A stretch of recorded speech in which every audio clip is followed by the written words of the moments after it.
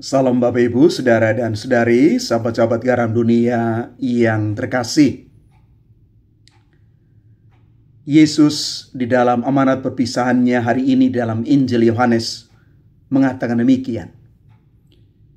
Jikalau penghibur yang akan kuutus dari Bapa datang, yaitu roh kebenaran yang keluar dari Bapa, dia akan bersaksi tentang aku. Tetapi kamu juga harus bersaksi, karena kamu dari semula bersama-sama dengan aku. Semua ini kukatakan kepadamu, kata Yesus, supaya kamu jangan kecewa dan menolak aku. Kamu akan dikucilkan, bahkan akan datang saatnya bahwa setiap orang yang membunuh kamu akan menyangka bahwa ia berbuat bakti kepada Allah.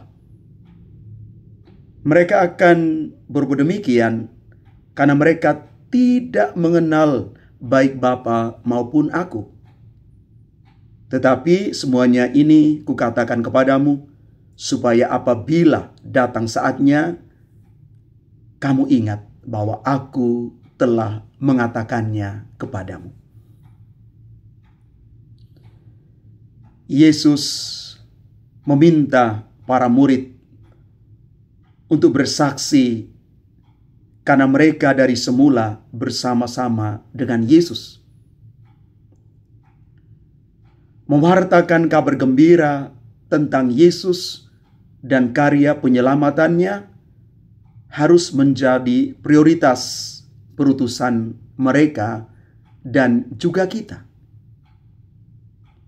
Kita dipanggil untuk mewartakan kabar gembira ini. Kita dipanggil menjadi saksi Kristus yang hidup. Saksi Kristus yang terus menyuarakan kebenaran akan Kristus itu sendiri. Bapak, Ibu, Saudara-saudari terkasih, Allah sungguh menyatakan diri melalui tindakan cinta sempurna Yesus. Maka seluruh diri kita hendaknya mewartakan tentang kasih Allah itu, cinta Allah yang sempurna di dalam diri Yesus sendiri. Teladan yang baik itu pasti mempertobatkan orang lain.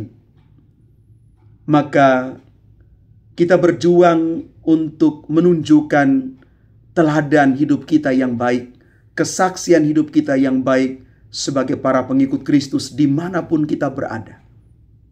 Karena kehadiran kita menyata di dalam tindakan nyata, bukan hanya di dalam pewartaan perkataan kita.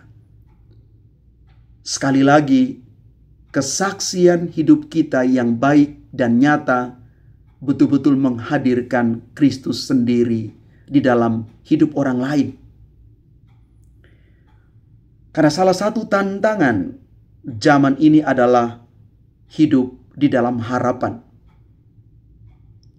Hari-hari ini orang kehilangan harapan.